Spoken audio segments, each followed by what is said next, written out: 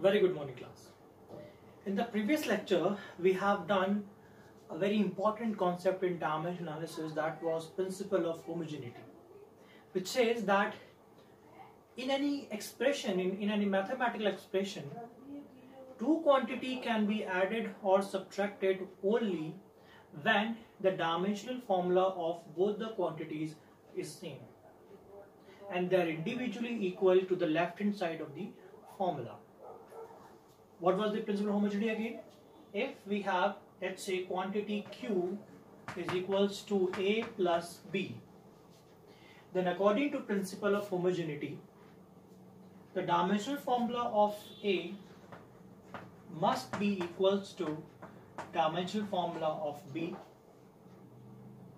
and individually the dimensional formula of these quantity must be equal to the dimensional formula of Q. So this is the necessary condition so that this expression is correct. In today's video, we will discuss some application of the dimensional analysis, because obviously why we have developed this technique. We have developed this technique because it has some advantage. We can use this dimensional analysis in different purpose. So let's see what are the main application of the dimension analysis. The very first and very important the application of dimension analysis is, from this method we can check the correctness of the formula, right? So let's discuss this application.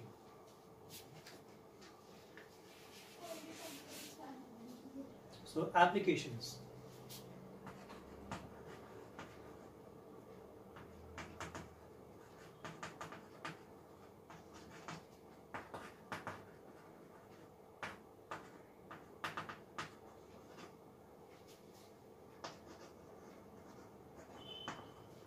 Application of dimension analysis. The very first application is to check the correctness of equation or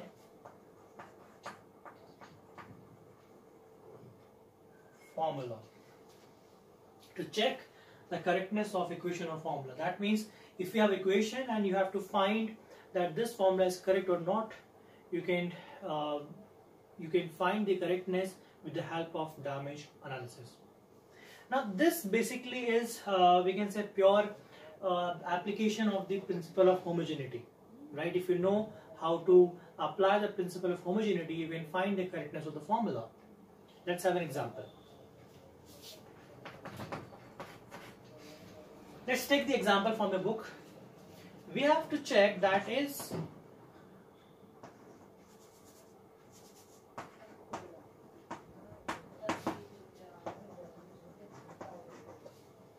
this equation is correct or not. We have given half mv square equals to mgh. Now again, to this formula to be correct, the dimension on the both side must be equal. So when you calculate dimension formula on the both side, and if they are equal, that means this formula is correct, and if they are not, that means formula is incorrect. So let's calculate the dimension on the left hand side. In left hand side we have half mv square. Half, that is 1 by 2, is a simple number. It is dimensionless quantity. What will be dimension of m? M is mass. It means the dimension will be m, and v is velocity. The dimension formula for velocity is Lt minus 1. So this will be Lt minus 1 whole square. This will give you ml square t minus 2. So on the left hand side, the dimension formula of half mv square is ml square t minus 2. Now let's check the dimension formula on the right hand side. Okay. So m is mass, that means m. G is acceleration due to gravity. So it's basically acceleration, whose dimension formula is Lt minus 2. And h is basically height, that means it's a length. So L. So when you solve it, you'll get m L square t minus 2. You can check the dimension on left hand side and right hand side, they both are equal. It means this formula is correct. Let's have one more example of this application.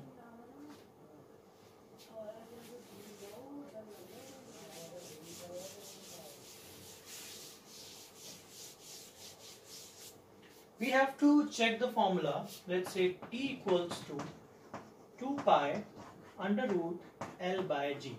See, you all are familiar with this formula. You studied this formula in class 9. This is the formula of time period of simple pendulum, right? So here T is the time, L is length of the simple pendulum, effective length, and G is again the acceleration due to gravity. So the dimension formula on the left hand side, what will be the dimension formula? It is simple, it's a time. So dimension formula will be simple T, right? Let's check the dimension formula on the right hand side. So on the right hand side, we have, again, this 2 pi is a dimensionless constant, so we'll not write any dimension of 2 pi. We have under root of L upon G. So L, under root means power half, and G is LT minus 2, again power is half, right? Power get multiplied, right? So this will be equals to L half upon L half T minus 2 into half, right? So this is cancelled, and minus 2, this will become minus 1. So when it comes in the numerator, this will become T. So you can see that the dimension on the both the side is equal. That means this formula is correct. So this is how you can check the correctness of formula or an equation. One more thing, I told you in the previous video that any expression to be corrected or any formula to be corrected, it has to be correct mathematically, right? If the formula is mathematically correct, then it will automatically dimensionally also correct. But if the formula is dimensionally correct, there is no necessary condition that this formula have to be mathematically correct also, right? We will discuss this later in the limitation of this dimension analysis. So let's do the next application.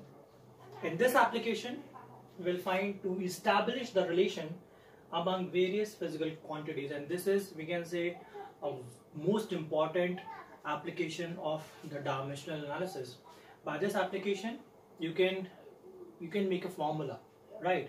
If you know that this quantity depends upon these quantities, or you know the relation between the quantities, you can find the formula of that particular quantity.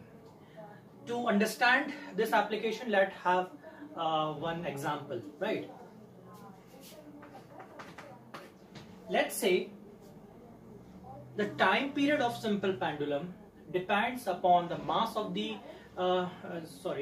the time period of simple pendulum depend upon the length of the simple pendulum and the acceleration due to gravity.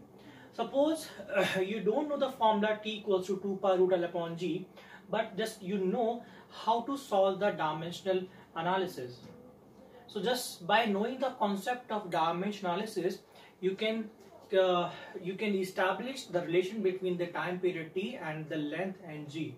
So I say that the time period T of the simple pendulum depends upon the length of the string and the acceleration due to gravity. This will be given in the question. Now we have to establish a relation between them, right? Now, what is the steps of finding the relation? First, the quantity which is given, right, like T depends upon L and G. That means T is proportional to L and G. Now there must be some powers of L and G, right? Because here you can see the power is 1, but it is not necessary the power of L and G will be 1. So we have assigned the power of L is A and the power of G is B, right? Now here you can see that there is a sign of proportionality, so we have to remove and apply constant here. So T equals to constant K, L to the power A and G to the power B. So this is the first step. Write the quantities which is proportional and assign their powers. Now write the dimension formula on both the sides. So dimension formula of time will be T equals to constant. Dimension formula of L will be L only, power is A, and dimension formula of G, that is acceleration due to gravity, is LT minus 2. So LT minus 2 power is B. This is the second step. Write down the formula, dimensional formula of the quantities. Now third is the most important step of this application. We have to compare the powers of quantities on both the sides, right? Like here we have L, right? So we have to compare the power of L both the sides, then compare the power of T, M, whatever quantity we have, right? So first I am comparing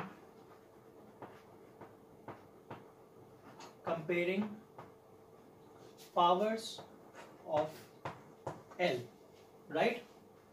What is the power of L is here? The power of L is A. What is power of L here? It is, you can see the power of L is B here, plus B. And what is the power of L on the left hand side? You can see there is no L. That means power of L is 0. This is your equation 1. Now similarly compare the power of T also. Comparing powers of T, right? Compare. Do we have any T here? No. Here, yes. The power of T is, you can say, minus 2b. Why minus 2b? Because power gets multiplied. So here it is minus 2b equals to, what is the power here? It is 1, right?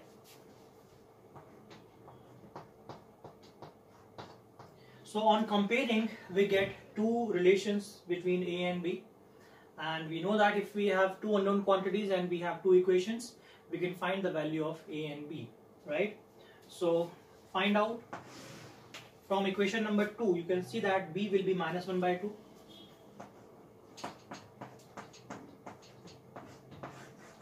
And from equation number 1, it is A plus minus 1 by 2 equals to 0, or simply A equals to plus 1 by 2.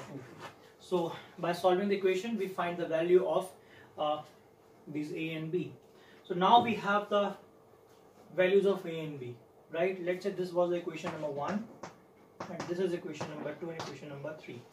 Now apply these powers in these equation. Equation number 1, what you'll get? I'm rubbing this, you can take screenshot.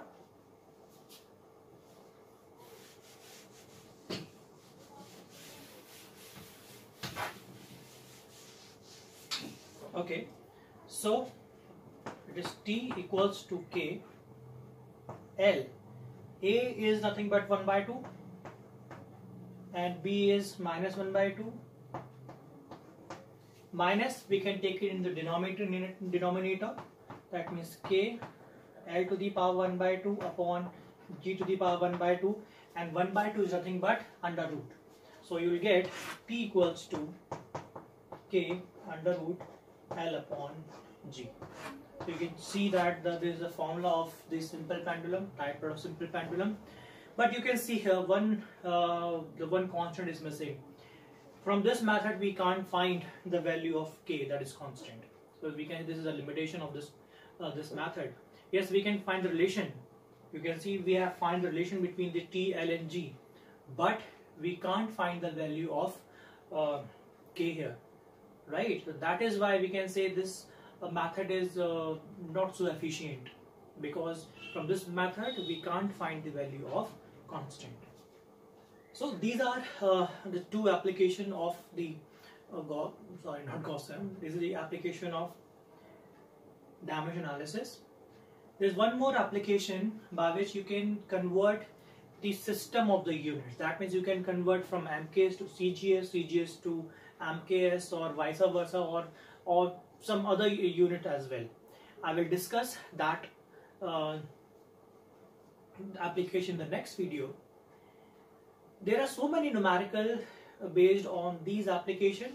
First, to correctness of the formula, and second, to establish the relation between two quantities in your notebook, in your textbook. Please solve them, because it is very, very important from the point of view of exams. Such kind of question always come in the exams, and if you got any doubt, you can ask me. Now, in the next video, I also discuss the limitations of this dimension analysis and the third application. Till then, thank you so much, class. Here are some numerical examples based on correctness of formula. So this is the first example in which we have to check the correctness in the equation v equals to u plus at, where v equals to velocity, initial final velocity, u is initial velocity, a is acceleration, and t is time. So by putting their dimensional formula, we can check the correctness of formula. So in the last, the right hand side and left hand side dimensions are equal, so formula is basically correct. Here is the another example based on the correctness of formula. As you can see in the example, we have the third equation of motion, which is v square equals to u square plus 2as, where v is final velocity, u is initial velocity, a is acceleration, and s is displacement. So if we put their dimensional formula on the left hand side and right hand side, you can see that the LHS is equals to RHS. Also, the dimension of u and 2as is also equal. That means they are following the principle of homogeneity. So this formula is also correct. This in the given example, this is the formula for centripetal acceleration, which is v square upon r square.